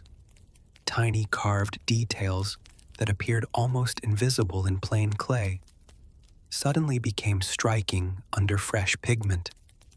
The sculptors had created texture. The painters revealed it. Together, they produced something neither group could have achieved alone. Archaeologists today occasionally discover microscopic traces of these original pigments. Unfortunately, exposing buried statues to modern air creates an unexpected problem. The ancient lacquer begins drying almost immediately. As it shrinks, the paint flakes away, sometimes within minutes. Imagine waiting more than 2,000 years underground, only to lose your beautiful colors the first time sunlight touches your face. History can be unexpectedly cruel. Because of this, many newly excavated warriors now remain partially buried, while conservators develop better preservation methods. Sometimes, the greatest act of archaeology is patience. Again, history quietly insists upon the same lesson. Not every warrior wore identical colors. Variations existed. Different military roles required different clothing. Officers stood apart from archers. Cavalry differed from infantry. Charioteers displayed their own distinctive appearance. From a distance, the completed army must have looked magnificent. Not merely thousands of statues, thousands of personalities, thousands of uniforms, thousands of carefully observed human beings, frozen forever at the moment, before an imperial inspection that would never actually take place. The final stage remained: weapons, real weapons, not clay imitations, not painted decorations, actual bronze swords sharp enough to cut, spears balanced for combat, crossbows engineered with astonishing precision. The emperor apparently believed that if one intended to rule forever, one should arrive in the afterlife properly equipped, which, considering his personality, was probably the least surprising decision he ever made. Soon, bronze smiths would enter the story, and while the painters quietly cleaned their brushes, the blacksmiths were preparing enough weapons to arm an empire beneath the earth. Chapter 8: Forging Real Weapons. For an army that would never fight by now, the workshops around the emperor's mausoleum had settled into a rhythm that rarely changed. The potters shaped clay, the kiln masters watched their fires, the painters carefully added color, supervisors checked inventories, with the enthusiasm of people who genuinely believed counting everything could solve almost any problem. To be fair, in the Qin dynasty, it often did. But another group of craftsmen worked in buildings where the sounds were entirely different. There was no gentle scratching of carving tools, no quiet sweep of paintbrushes. Instead, the air rang with the steady music of metal, hammer, hammer, hammer, a brief pause, then hammer again. From sunrise until darkness covered the valley, bronze smiths transformed glowing pieces of metal into weapons fit for the emperor's eternal army, and these weren't decorative props. That is perhaps one of the most astonishing discoveries archaeologists have made. The terracotta warriors originally carried real weapons, real bronze swords, real spearheads, real halberds, real arrowheads, perfectly functional military equipment. If one of these soldiers had somehow decided to step out of the excavation pit, which, thankfully for everyone's peace of mind, they have politely declined to do for over 2,000 years, they would have been remarkably well armed. The emperor clearly wasn't interested in pretending. If his underground empire was to resemble the real one, then every soldier deserved genuine equipment. Anything less would have felt incomplete. The bronze workshops stood slightly apart from the pottery buildings, not because the craftsmen disliked each other, although every large workplace develops a friendly rivalry eventually. Rather, metalworking required roaring furnaces, heavy anvils, charcoal fires, and enormous amounts of ventilation. The heat inside these workshops could become almost unbearable. Imagine spending the middle of summer standing beside a furnace hot enough to melt bronze. Suddenly, sitting in a quiet pottery studio sounds rather appealing. Bronze itself had served Chinese craftsmen for centuries. It wasn't a single metal, but an alloy created by mixing copper with tin and sometimes small amounts of other elements. The exact proportions mattered enormously. Too much tin made weapons brittle. Too little left them soft. Finding the perfect balance required years of experience. Modern engineers rely on laboratories and precise instruments. Ancient metal workers trusted observation memory, and countless previous mistakes. Mistakes, after all, make surprisingly effective teachers, provided one survives them. Workers first loaded furnaces with charcoal. Bellows pumped air steadily into the flames. As temperatures climbed higher and higher, chunks of bronze slowly softened, before becoming shimmering pools of liquid metal. The glow illuminated determined faces streaked with soot and sweat. The workshop itself almost seemed alive. Fire danced. Sparks drifted upward. Molten bronze shimmered like miniature sunsets inside clay crucibles. It must have been a breathtaking sight, beautiful, dangerous, and intensely hot. Once the bronze reached exactly the right temperature, craftsmen carefully poured it into molds. Some molds produced arrowheads. Others created spear tips. Still others formed sword blades. Every movement demanded steady hands. One careless spill could cause terrible burns. Unlike clay, molten bronze rarely forgives mistakes. Arrowheads probably represented the workshop's greatest triumph of mass production. Archaeologists have recovered tens of thousands of bronze arrowheads from the Terracotta army. Not dozens, not hundreds, tens of thousands. Even more remarkable, many were manufactured in organized batches. Individual workshops marked their products with inscriptions, identifying supervisors, officials, and sometimes even the craftsmen responsible. Imagine that. 2,000 years ago, quality control already existed.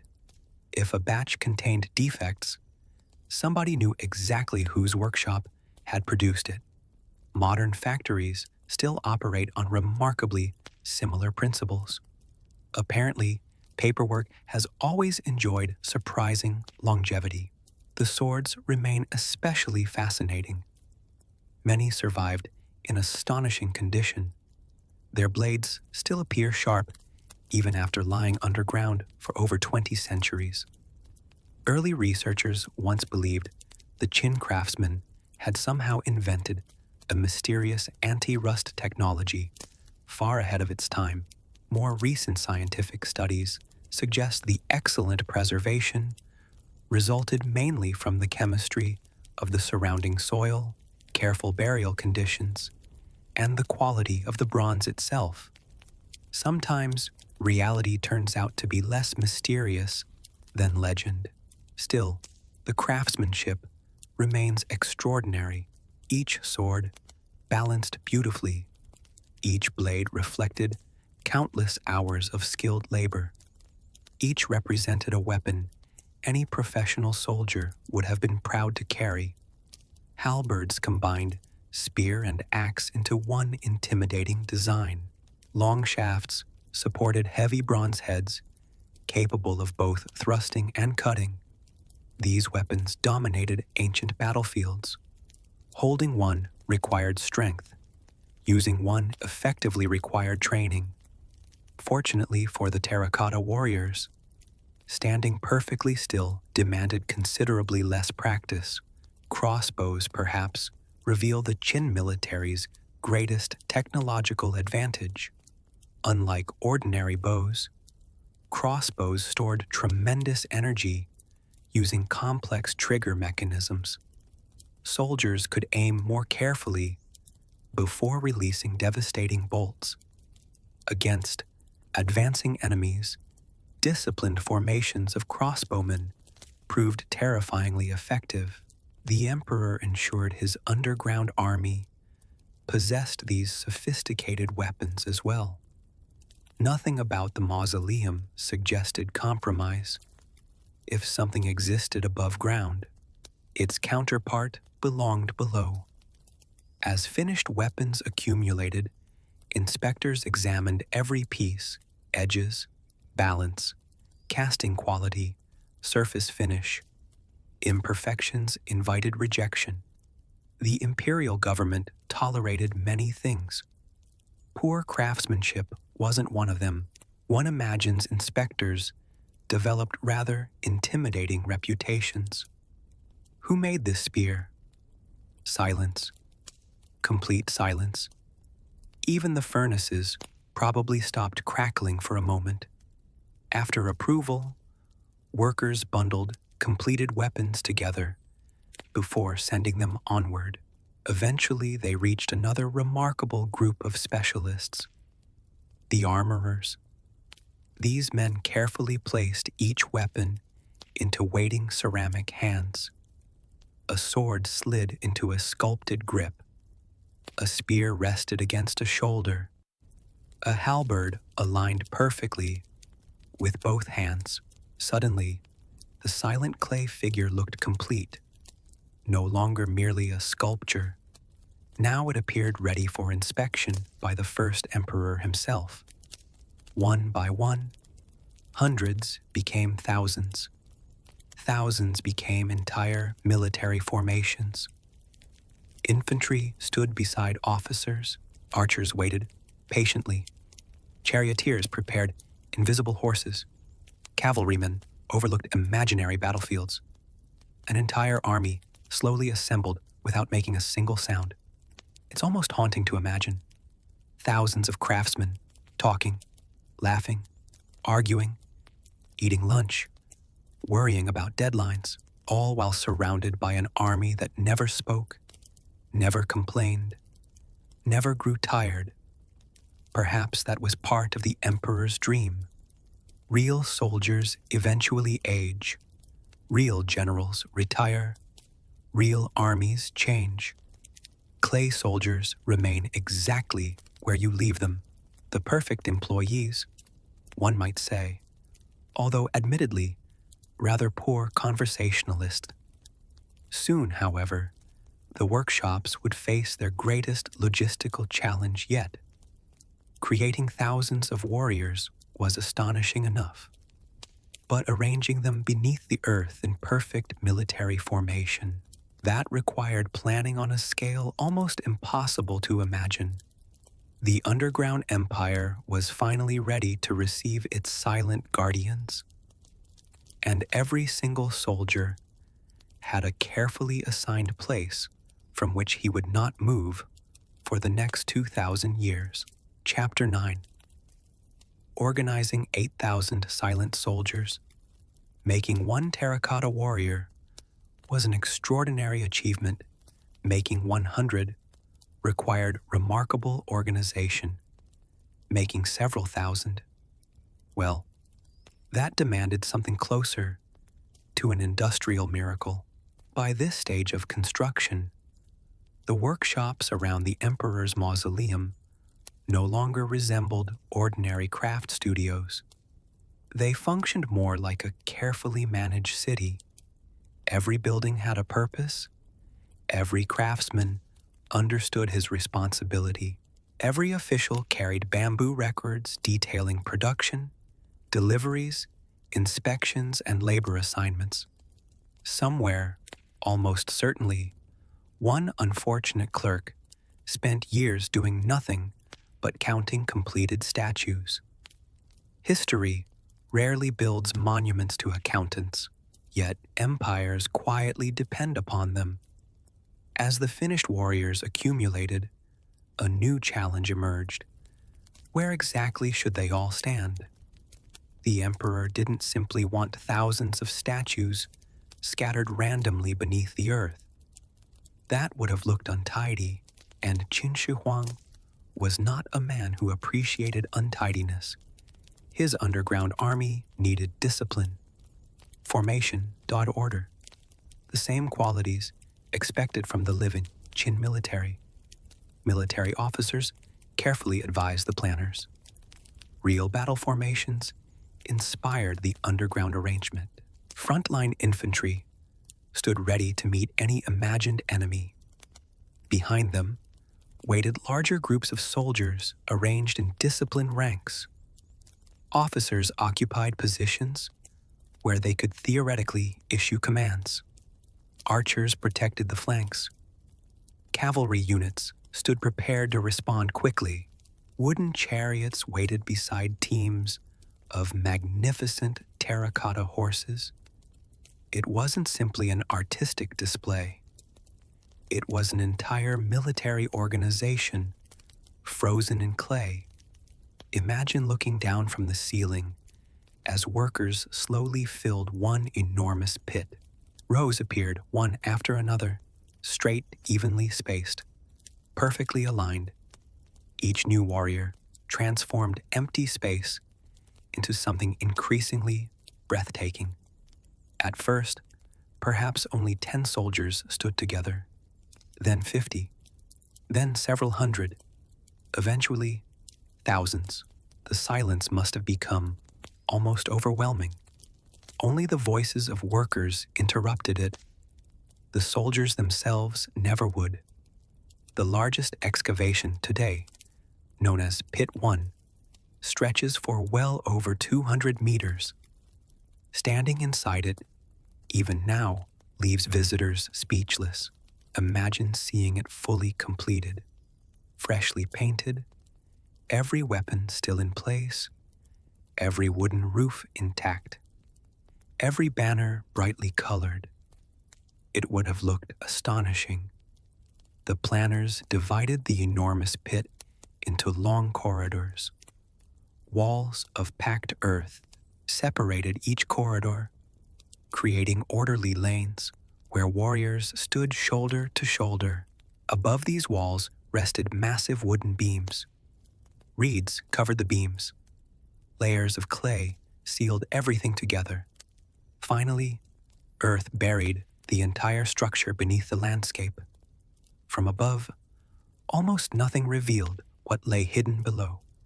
Nature quietly resumed its ordinary appearance. Birds nested nearby. Farmers eventually cultivated surrounding fields. Travelers passed without the slightest idea that an entire army waited beneath their feet. History often hides its greatest treasures remarkably well. Each warrior received a specific location. This wasn't random placement. An archer belonged with other archers. A cavalry officer stood beside cavalrymen.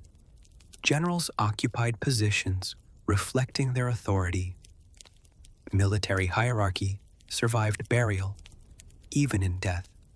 Rank apparently remained important. Some things truly never change. Office seating arrangements today occasionally inspire similar levels of planning, although thankfully with fewer bronze swords involved. The terracotta horses proved every bit as impressive as the soldiers. Unlike the human figures, the horses were sculpted with powerful muscles, alert ears, and remarkably expressive faces. Their nostrils flared, their necks curved naturally. Strong legs suggested controlled energy. You almost expect them to stamp impatiently against the ground. Creating convincing horses required entirely different artistic skills. Human anatomy and equine anatomy rarely overlap. Fortunately, the workshops employed masters capable of both. Nearby, carpenters assembled magnificent wooden chariots. Sadly, the wood itself has almost entirely disappeared after 2,000 years underground. Only scattered traces remain. Yet, archaeologists discovered enough bronze fittings and surviving impressions to understand how elaborate these vehicles once appeared. Imagine polished wood, bright paint, decorative bronze ornaments catching torchlight, teams of beautifully sculpted horses waiting patiently in harness. It wasn't merely transportation, it was imperial prestige. The emperor intended to travel through eternity in suitable style. One suspects he had little interest in arriving modestly. Meanwhile, supervisors walked constantly through the growing underground chambers. They checked alignment, measured distances, compared completed sections against official plans. If one row drifted even slightly out of position, adjustments happened immediately. Thousands of statues leave surprisingly little room for cumulative mistakes. Move each warrior only a single inch too far. Repeat that mistake several thousand times. Eventually, someone ends up standing in the wrong province. Precision mattered. Archaeologists have discovered inscriptions hidden on many warriors and weapons. Some identify workshops, others record officials responsible for production. A few even preserve the names of individual craftsmen. Just names. Tiny fragments of identity surviving across 22 centuries. Imagine spending years building one of history's greatest monuments and leaving behind only a few carved characters. No biography, no portrait, no family history, only your name, quietly waiting beneath the soil until someone uncovered it 2,000 years later. There is something deeply moving about that. The emperor expected immortality. Instead, many anonymous craftsmen achieved it, not through wealth, not through power, but through careful work performed one ordinary day after another. As more sections filled, the underground army gradually assumed the appearance of a living military camp paused in perfect stillness. Officers gazed ahead with calm authority. Infantry waited patiently. Archers stood prepared to kneel or fire. Every figure faced the direction determined by careful military planning. No one looked confused. No one wandered away from formation. From an administrative perspective, they were probably the easiest army in history to manage. No complaints, no desertions, no requests for additional rations. An emperor could become accustomed to such efficiency. When entire corridors stood complete, workers carefully cleaned away loose dirt. Final inspections took place. Small repairs corrected minor damage. Weapons were checked one last time. Everything had to appear worthy of the ruler who intended to command this silent force forever. And then, one by one, the heavy wooden roofs were lowered into place. Massive beams crossed overhead. Thick layers of reeds covered the timber. Clay sealed the structure. Finally, earth. Tons upon tons of earth. Slowly, daylight disappeared. The last rays of sunshine faded from painted faces. The final footsteps echoed away. Darkness settled across the silent ranks. The soldiers had taken their positions. None of them knew, or could possibly know, that they would remain hidden beneath the Chinese countryside for more than 2,000 years. Above them, dynasties would rise and fall.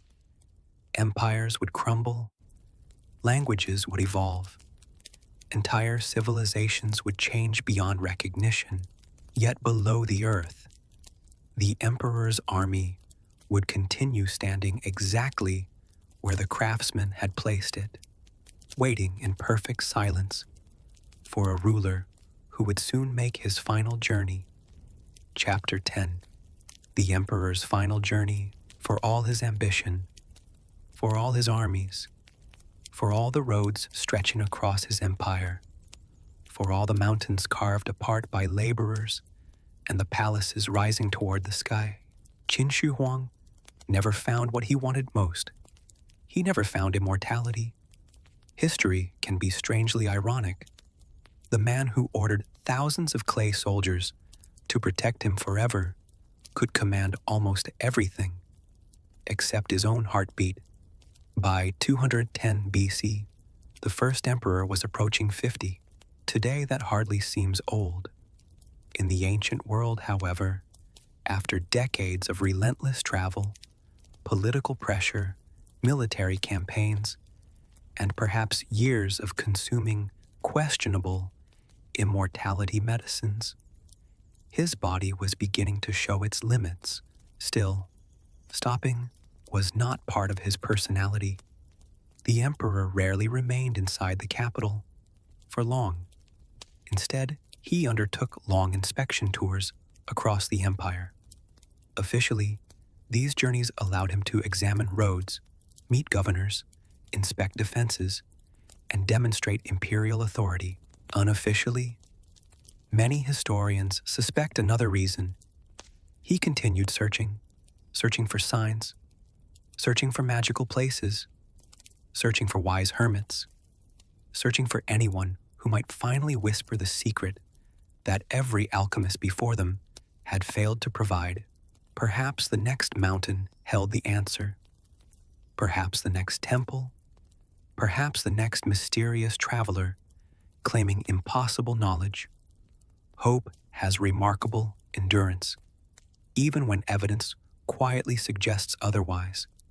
The imperial procession itself must have been extraordinary. Hundreds of attendants, elite guards riding nearby, supply wagons stretching into the distance, officials carrying bamboo documents, cooks, doctors, stable workers, messengers racing ahead to prepare each night's accommodations. The roads built under Qin rule finally served their greatest customer, the emperor himself. Villagers probably gathered beside the highways just to watch the enormous procession pass. Children pointed excitedly. Farmers removed their hats respectfully. Local officials rehearsed their greetings repeatedly. No one wanted to make a poor first impression on the ruler of all China. That would have been a remarkably short career. Somewhere during one of these journeys, however, everything changed. Historical sources suggest the emperor became seriously ill. Exactly what happened remains uncertain. Ancient records rarely provide modern medical detail. Perhaps years of exhausting travel finally caught up with him. Perhaps illness struck unexpectedly. Perhaps the mercury hidden inside countless immortality medicines had slowly damaged his body. No physician can answer with certainty. What everyone could see was that the emperor, who had seemed almost unstoppable, was growing weaker. Imagine the atmosphere inside the imperial caravan. Only weeks earlier, officials confidently discussed new projects. Now whispers replaced conversation. Doctors hurried between carriages. Messengers carried increasingly urgent instructions. Servants walked quietly, careful not to disturb their ruler. Fear spread rapidly. Not merely fear for one man, fear for an empire. Because Qin Shi Huang had built a government centered almost entirely around himself. If the emperor died, what happened next? No one seemed eager to discover the answer. Eventually, somewhere near present-day eastern China, the inevitable occurred. Qin Shi Huang died during the journey. One moment, the ruler who had united China still breathed. The next, he became another figure in history. Even emperors received no special exemption from mortality. The irony is impossible to ignore. He had crossed mountains, searching for eternal life, commissioned fleets to chase mythical islands, funded alchemists, consumed mysterious potions, built the greatest tomb complex the ancient world had ever known. Yet death arrived anyway, quietly, without asking permission. The officials surrounding the emperor immediately faced an enormous crisis. Announcing his death too soon could create chaos, rebellion, panic. Ambitious generals might begin making dangerous calculations. Rival factions inside the court could seize the opportunity. The empire remained vast. News traveled only as fast as horses could carry it. Secrecy became essential. According to ancient accounts, the emperor's closest advisors concealed his death while the imperial procession continued traveling. Official documents were still issued. Meals continued arriving at the emperor's carriage. Attendants behaved as though nothing had happened. One story even claims wagons filled with salted fish accompanied the procession to disguise the odor of decomposition. It's one of history's stranger details. Entire empires occasionally depend upon remarkably practical solutions. Not glamorous, but effective. Whether every part of that story is literally true remains debated among historians. Ancient writers sometimes appreciated dramatic storytelling. Still, the central idea appears entirely believable. The officials desperately needed time. Time to return to the capital. Time to organize succession. Time to prevent civil unrest. Eventually, the imperial funeral preparations began. Everything Qin Shi Huang had spent decades creating beneath Mount Li now awaited its master. The magnificent underground palace, the carefully arranged treasures, the bronze weapons, the painted warriors, the silent horses, the endless corridors. Thousands of craftsmen had devoted years of their lives preparing this hidden empire. Now, at last, its only intended resident was arriving. The funeral itself must have been unlike anything China had ever witnessed. Court officials in ceremonial robes, military commanders standing solemnly, priests performing ancient rituals, musicians playing slow funeral melodies that echoed across the countryside, countless laborers completing the final stages of burial. Some workers had probably spent 20 years building the mausoleum. Now they watched as the emperor finally entered it. One wonders what they felt. Relief, pride, exhaustion, perhaps all three. The central burial chamber remains unopened even today. Ancient historian Sima Qian described rivers and seas of flowing mercury inside, representing the waterways of the empire. Above them supposedly glittered a ceiling decorated with stars and constellations. Mechanical devices were said to protect the tomb from intruders. Modern scientific surveys have indeed detected unusually high mercury concentrations around the burial mound. Whether every ancient description proves accurate, we still cannot know. The emperor continues guarding some of his secrets, and perhaps he always will. As workers sealed the underground complex, heavy doors closed forever. Passageways disappeared beneath packed earth. Wooden roofs vanished beneath layers of soil. The painted army entered complete darkness. No more sunlight touched their lacquered faces. No more craftsmen adjusted their armor.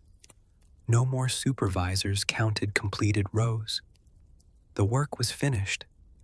At least, everyone believed it was, because history had one final surprise waiting. The emperor expected his army to remain hidden until the end of time. Instead, more than 2,000 years later, a group of ordinary farmers searching for water would accidentally uncover the first silent guardian. And with one swing of a shovel, the greatest archaeological discovery in modern Chinese history would begin. The clay soldiers had waited patiently. Now, After 22 centuries of silence, they were finally about to be seen again. Chapter 11. The Farmers Who Woke the Sleeping Army. For more than 2,000 years, the Terracotta Army remained exactly where the craftsmen had left it. The painted faces slowly faded in complete darkness. Wooden chariots quietly decayed. The great roof beams eventually collapsed under the weight of the earth above. Bronze weapons shifted beneath fallen timber. Dust settled, then settled again, century after century. Outside, the world refused to stand still. The mighty Qin dynasty, the empire its first emperor believed would last for 10,000 generations, collapsed only a few years after his death. It is one of history's most astonishing examples of confidence meeting reality. Imagine spending decades building an empire that you expect to rule forever, only for the dynasty itself to disappear before many of the workers who built it had even reached old age. History can be painfully efficient at humbling even the grandest ambitions. The Han dynasty rose. Then countless others followed. Kingdoms expanded. Kingdoms fractured. New emperors came and went. Armies marched across China. Poets composed beautiful verses. Inventors changed the world. Merchants crossed deserts along the Silk Road. Mongol horsemen thundered across the northern plains. The Ming built magnificent palaces. The Qing ruled vast territories. Generations lived their entire lives above the emperor's hidden army without suspecting anything unusual beneath their feet. Children laughed in nearby villages. Farmers planted wheat. Oxen pulled wooden plows across the fields. Rain soaked into the soil every spring. Snow covered the hills each winter. The silent soldiers remained patient. If clay could dream, they had very long dreams indeed. The enormous burial mound above the emperor's tomb remained visible throughout the centuries. People knew an ancient emperor rested there. Stories survived. Legends multiplied. Some claimed incredible treasures lay beneath the hill. Others warned that disturbing the tomb would invite terrible misfortune. Ancient burial places often attract both curiosity and caution. Treasure hunters occasionally searched nearby. Most left disappointed. The emperor's greatest secret remained remarkably well hidden. Then came the spring of 1974. It began as an entirely ordinary year. No one expected history to change, especially not the people responsible. There were no famous archaeologists involved, no ambitious professors carrying elaborate excavation plans, no government expedition searching for lost wonders. Instead, there were farmers. Like countless generations before them, local villagers needed water. Northern China can be dry, and wells are essential for farming. A group of farmers gathered their tools and selected a place where they hoped underground water might be found. Their goal wasn't discovering one of humanity's greatest archaeological treasures. Their goal was considerably simpler. Avoid carrying water long distances. It's amazing how often history's greatest discoveries begin with perfectly ordinary chores. The men dug steadily through layers of soil. At first, nothing unusual appeared, just earth. More earth. Even more earth. If you've ever dug a deep hole, you'll know the process rarely becomes exciting immediately. Then, something hard interrupted the shovel. Not stone, not bedrock, something different. One farmer cleared away more dirt. fragments of reddish clay emerged. At first glance, they probably seemed unremarkable. Broken pottery appears in old agricultural fields surprisingly often. China possesses thousands of years of history. Ancient ceramics occasionally turn up almost everywhere. The farmers continued digging. Soon, another fragment appeared, then another, a strangely shaped piece, resembling part of a human figure. Curiosity replaced routine.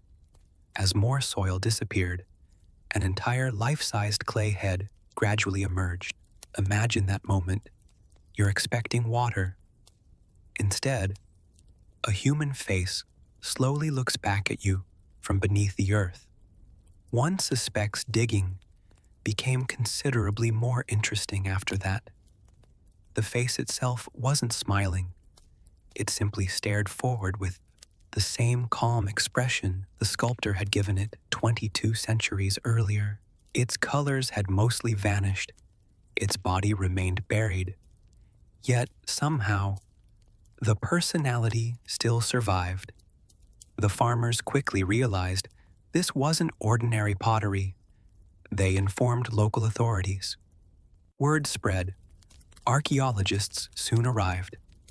At first, the experts struggled to comprehend the scale of what lay hidden beneath the fields. One statue became several became dozens became hundreds. Every new excavation trench revealed more soldiers standing patiently in formation. It was almost unbelievable. Imagine brushing away loose soil, only to discover another perfectly sculpted face, then another, then another. Every day brought fresh astonishment. Some warriors stood almost perfectly preserved. Others had been shattered when ancient wooden roofs collapsed. Broken arms, detached heads, scattered armor plates. Thousands of fragments waited patiently for restoration. Conservators suddenly faced a challenge unlike anything they had experienced before. Rebuilding these warriors resembled assembling the world's largest three-dimensional puzzle. Without a picture on the box, each broken piece required cleaning, identification, careful comparison, painstaking reconstruction. Some statues consisted of hundreds of separate fragments. Weeks became months. Months became years. In many cases, years became decades. Even today, restoration continues. History, once again, quietly reminds us that patience accomplishes extraordinary things. As excavations expanded, archaeologists realized they weren't uncovering isolated sculptures. They had discovered an entire military formation. Rows stretched into the distance. Corridors appeared beneath collapsed roofing. Bronze weapons emerged beside clay hands. Terracotta horses stood waiting beside vanished wooden chariots. Officers overlooked endless ranks of infantry. The scale left everyone speechless. News quickly spread across China, then across the world. Newspapers published astonishing photographs. Historians hurried to study the discoveries. Scientists examined pigments. Engineers analyzed construction techniques. Artists admired the sculptural realism. Military historians compared formations to ancient Qin battle tactics. Every discipline found something fascinating. The Terracotta Army wasn't simply another archaeological site. It rewrote our understanding of the ancient world. Visitors soon began arriving from every continent. Some traveled thousands of miles, simply to stand quietly before the first excavation pit. Most experienced exactly the same reaction. Silence. No photograph fully prepares you. No documentary captures the immense scale. Standing before thousands of life-size soldiers, arranged in perfect formation, creates a feeling that's difficult to describe. It's less like visiting a museum and more like accidentally interrupting history itself. Somewhere beneath all those rows still rests the emperor's unopened central tomb. The silent army continues guarding it, exactly as intended. The craftsman who shaped those faces could never have imagined tourists carrying cameras. The emperor certainly never imagined millions of visitors admiring the very army he believed only he would command. Immortality, it seems, arrived in a form no alchemist ever predicted. Not through magical elixirs, not through mysterious islands, but through memory, through craftsmanship, through history, refusing to forget. And perhaps that is the only kind of immortality any human being has ever truly achieved. Chapter 12, The Forgotten Craftsman, behind an immortal army as millions of visitors stand before the Terracotta army today. Their eyes almost always drift toward the same person, the first emperor, his vision, his ambition, his extraordinary tomb. That is perfectly understandable. After all, without Qin Shi Huang, none of this would exist. But there is another story, quietly waiting beneath the surface. A story that rarely appears in history books. A story about thousands of ordinary people whose hands built one of humanity's greatest masterpieces, yet whose names have almost entirely disappeared. History has a curious habit of remembering kings while forgetting carpenters. It celebrates emperors, but quietly loses the potter who shaped the emperor's dreams. If monuments could speak, they would probably spend far more time discussing the workers than the rulers. Imagine arriving at the construction site as a young apprentice. Perhaps you were 16, maybe 18. Your father had been a potter. Your grandfather, too. You already knew how to center clay on a wheel, repair cracked jars, and judge good earth from poor earth simply by touching it. Then one ordinary morning, an imperial messenger appeared. The government required skilled craftsmen. Immediately, no lengthy interview, no carefully written application, certainly no helpful orientation booklet explaining workplace expectations. The emperor had issued an order. That was all anyone needed to know. You packed your few belongings, said goodbye to your family, and began walking toward Mount Lee. You probably expected another government construction project, perhaps roof tiles, maybe ceremonial vessels. Instead, someone pointed toward an enormous valley filled with workshops and quietly explained, "We're building an army." At first, you almost certainly assumed they meant a real one.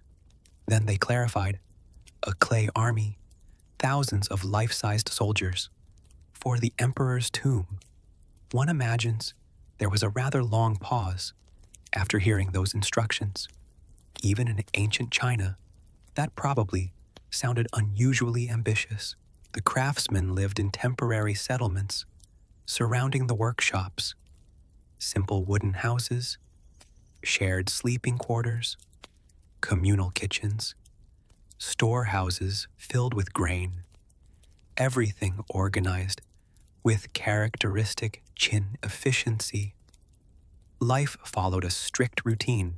Before sunrise, workers gathered, tools were inspected, assignments distributed, supervisors reviewed progress.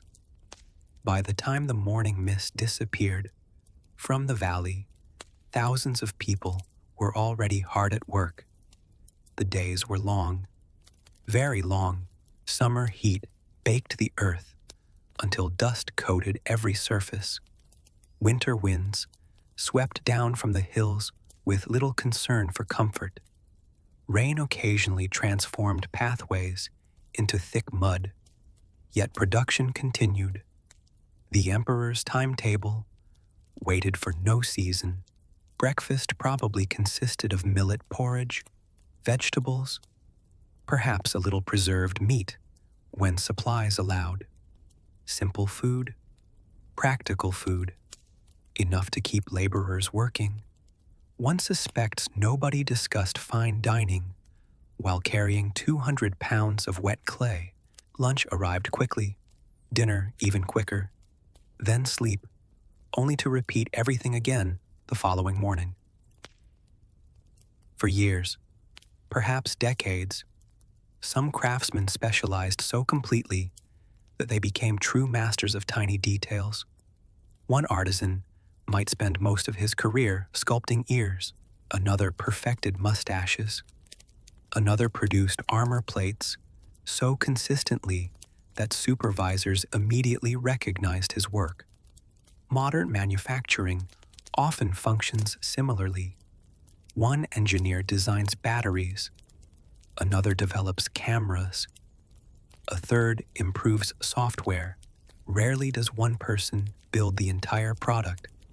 The Terracotta army followed surprisingly modern principles of specialization.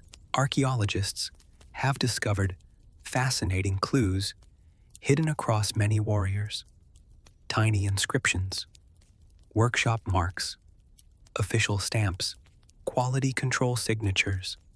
Some preserve names, not famous names, not emperors, not generals, simply craftsmen, people like Gong or Yan or another ordinary worker whose family probably never imagined that scholars would someday study those few carved characters.